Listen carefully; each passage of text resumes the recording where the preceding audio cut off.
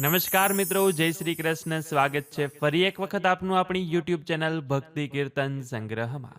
મિત્રો, આજના આ વિડીયોમાં આપણે 23 જાન્યુઆરી 2026ને શુક્રવારે આવતી મહા મહિનાની સુદ પક્ષની પાંચમ એટલે કે વસંત પંચમી વિશે વાત કરવાના છીએ કે જે દિવસ માતા સરસ્વતીનો જન્મદિવસ મનાવાય છે. આજે વસંત ઋતુની શરૂઆત થાય છે, એટલે આજના વિડીયોમાં આપણે વસંત પંચમીની મહાત્મય કથા સાંભળીશું તથા આજના દિવસે કરવામાં આવતા ખાસ ઉપાય અને પોતાની રાશિ પ્રમાણે આજના દિવસે શું કરવું જોઈએ કે જેનાથી માતા સરસ્વતીના આપણે આશીર્વાદ મેળવી શકીએ તે પણ જાણીશું.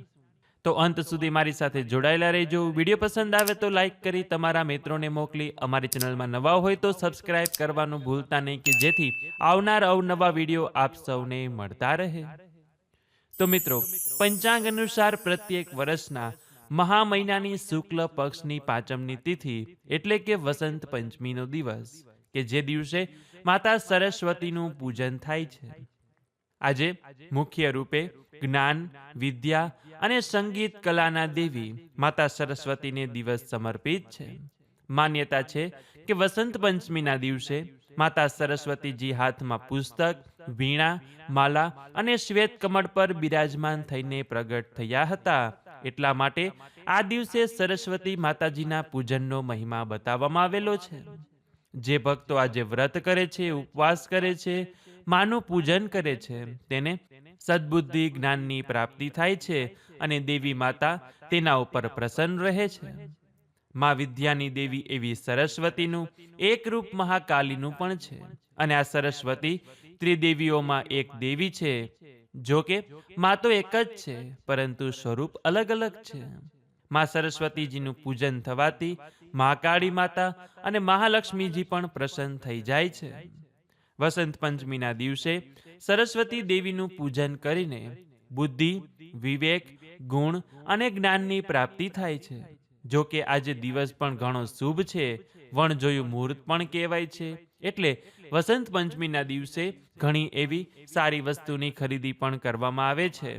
જમીન, મકાન, વાસ્તુ પણ કરી શકાય છે. કોઈ મોટી જગ્યા લેવી હોય, વાહનની ખરીદી કરવી હોય કે પછી સોનું ચાંદી ખરીદી કરવી હોય તો તે વસંત પંચમીના દિવસે ખરીદી કરવામાં આવે છે, તો તેને ખૂબ જ શુભ માનવામાં આવ્યું છે.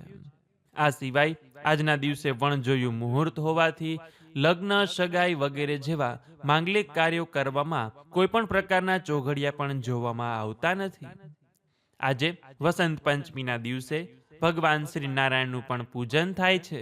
ખાસ કરીને તેમના 8મા અવતાર એવા ભગવાન શ્રી કૃષ્ણની પૂજા થાય છે, કેમ કે વસંતના સ્વામી છે ભગવાન શ્રી કૃષ્ણ.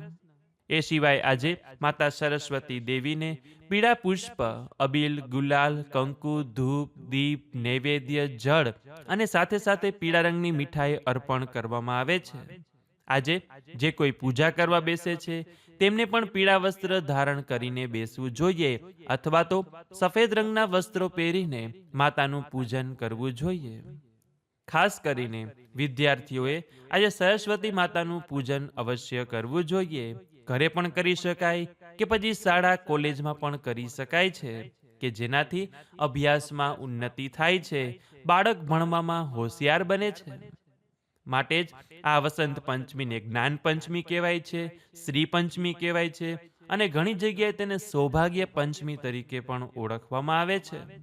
આજે માતા સરસ્વતીની કૃપા મેળવવા માટે એવું કહેવાય છે કે સ્ટેશનરીને લગતી અથવા તો ભણવાને લગતી જે પણ કોઈ વસ્તુ હોય, બુક, પેન્સિલ, પેન, કંપાસ, ચોપડા, બેગ, દફતર વગેરે વસ્તુનું જો આપણે જરૂરિયાતમંદ બાળકોને આપીએ છીએ, દાન કરીએ છીએ તો માત સરસ્વતીની આપણા ઉપર અવશ્ય કૃપા બને છે. આ સિવાય સરસ્વતી માતાને પ્રસન્ન કરવા માટે પોતાની રાશિ પ્રમાણે અનેક એવા ઉપાય અને દાન કરવામાં આવે છે, કાર્યો કરવામાં આવે છે કે જેના વિશે હવે આપણે જાણીએ. તો મેષ રાશિના લોકોએ આજના દિવસે સરસ્વતી મંત્રનો જાપ કરવો જોઈએ. વૃષભ રાશિના લોકોએ સફેદ ચંદનનું તિલક કરવું અને દેવી માતાને સફેદ ફૂલ અર્પણ કરવા. મિથુન રાશિના લોકોએ ગણપતિ દાદાને દુર્વા અને માતા સરસ્વતીને બુંદીના લાડુ ચડાવવા. કર્ક રાશિના લોકોએ માતા સરસ્વતીને ખીર અર્પણ કરવી અને પ્રસાદ વહેંચવો. સિંહ રાશિના લોકોએ ગાયત્રી મંત્રનો જાપ કરવો. કન્યા રાશિના લોકોએ જરૂરિયાતમંદ બાળકોને પુસ્તકોનું દાન કરવું. તુલા રાશિના લોકોએ પૂજારી અથવા બ્રાહ્મણોને પીળા વસ્ત્રનું દાન કરવું. વૃશ્ચિક રાશિના લોકોએ ગણેશજીની પૂજા કરવી અને માતા સરસ્વતીને પીળી મીઠાઈ ધરાવવી. ધન રાશિના લોકોએ પીળા ચોખાની ખીર બનાવી પ્રસાદ વહેંચવો. મકર રાશિના લોકોએ મજૂર વર્ગના લોકોને પીળી મીઠાઈ આપવી. કુંભ રાશિના લોકોએ સરસ્વતી મંત્રનો વિધિવત જાપ કરવો. અને મીન રાશિના લોકોએ સરસ્વતી માતાજીને પીળા ફળ અર્પણ કરી બાળકોને વહેંચવા. જે કોઈ બાળકો આજે ઘરે પૂજા કરે છે તેમણે પણ પૂજામાં પોતે જે અભ્યાસમાં ભણવામાં જે સ્ટેશનરીની વસ્તુ વાપરતા હોય તે રાખવી જોઈએ અને તેનું પણ પૂજન કરવું જોઈએ. અને જે પૂજામાં જે વસ્તુ રાખી હોય તેનો ભણવામાં ઉપયોગ કરવાનો.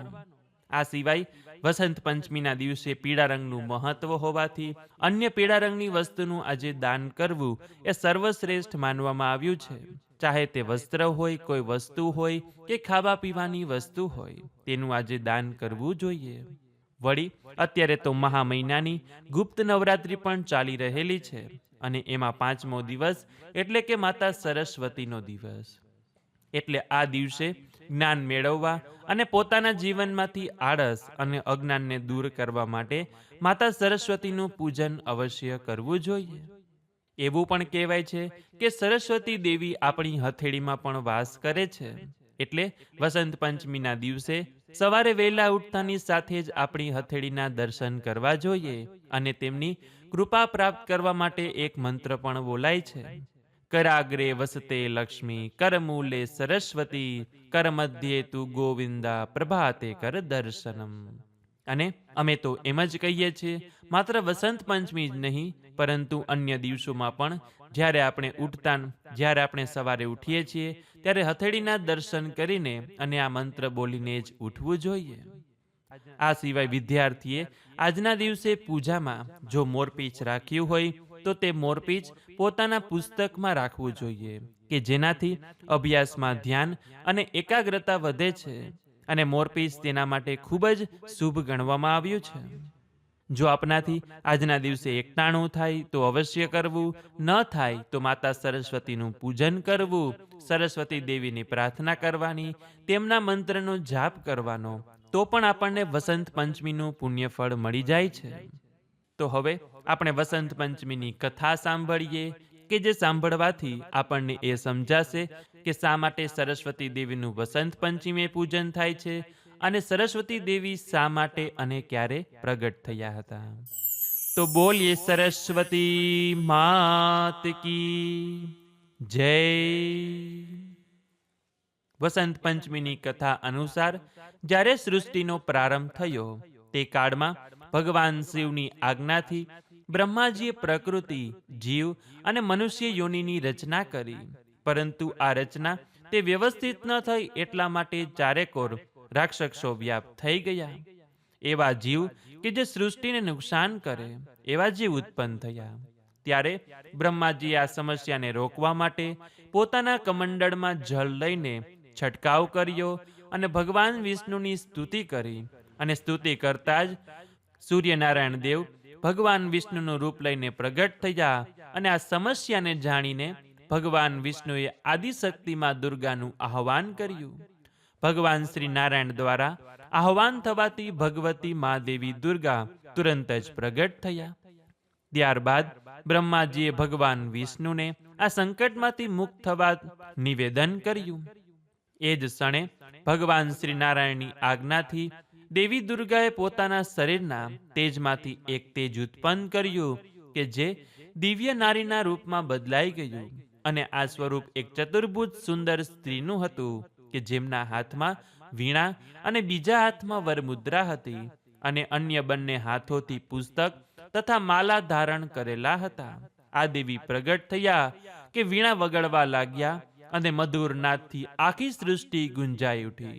સંસારમાં દરેક જીવ જંતુને વાણી પ્રાપ્ત થઈ અને જલધારાનો કોલાહલ વ્યાપ્ત થયો. પવન પણ સુસવાટા સાથે વહેવા લાગ્યો અને જ્યારે બધા દેવી દેવતાઓને પણ શબ્દ અને રસનો સંચાર કરી આ વીણાવાદીની અધિષ્ઠાત્રી દેવી માં સરસ્વતી કહેવાના. ત્યારે આદિશક્તિ માં દુર્ગાએ બ્રહ્માજીને કહ્યું કે હે સૃષ્ટિના વિધાતા, દેવી સરસ્વતી આપની અર્ધાંગિની બનશે. શ્રી વિષ્ણુ ભગવાનના શક્તિ લક્ષ્મીજી છે, પાર્વતીજી શિવજીની શક્તિ છે, તેમ હે બ્રહ્માજી આપની શક્તિ દેવી સરસ્વતી થશે. આમ કહીને આદિશક્તિ દેવી દુર્ગા અંતર્ધ્યાન થઈ ગયા અને બધા દેવી દેવતા સૃષ્ટિ સંચાલનમાં સંલગ્ન થયા. પુરાણ અનુસાર શ્રી કૃષ્ણજીએ દેવી સરસ્વતીને વરદાન આપ્યું હતું કે વસંત પંચમીના દિવસે જે કોઈ ભક્તો આપની આરાધના કરશે, પૂજા કરશે, તેને વરદાન સ્વરૂપ વસંત પંચમીના દિવસે જ્ઞાનની પ્રાપ્તિ થશે. અને ત્યારથી વસંત પંચમીના દિવસે દેવી સરસ્વતીનું પૂજન થવા લાગ્યું અને ભગવતી માં દેવી સરસ્વતીને વાઘેશ્વરી, ભગવતી, શારદા, વીણાવાદિની, વાઘદેવી આદિ નામોથી ઓળખાવા લાગ્યા. તો બોલીએ સરસ્વતી માત કી જય. તો મિત્રો, આ આપણે સાંભળ્યું વસંત પંચમીની મહાત્મય કથા તથા આજના દિવસે શું કરવું, શું ન કરવું, પોતાની રાશિ પ્રમાણે કઈ વસ્તુનું દાન કરવું અને શા માટે સરસ્વતી દેવી પ્રગટ થયા અને કેવી રીતે થયા હતા. તો આશા છે કે આપ સૌ લોકોએ પણ મારી સાથે આ કથા મહિમા સાંભળ્યો હશે અને આપને વસંત પંચમીનું મહત્વ પણ સમજાઈ ગયું હશે. તો આ વિડીયો પસંદ આવ્યો હોય તો લાઈક કરી તમારા મિત્રોને મોકલી, અમારી ચેનલમાં નવા હોય તો સબસ્ક્રાઇબ અવશ્ય કરજો કે જેથી આવનારા નવા વિડીયો આપને મળતા રહે. તો આ સાથે હવે મને રજા આપો, મળીશું ફરીથી એક નવા વિડીયોમાં.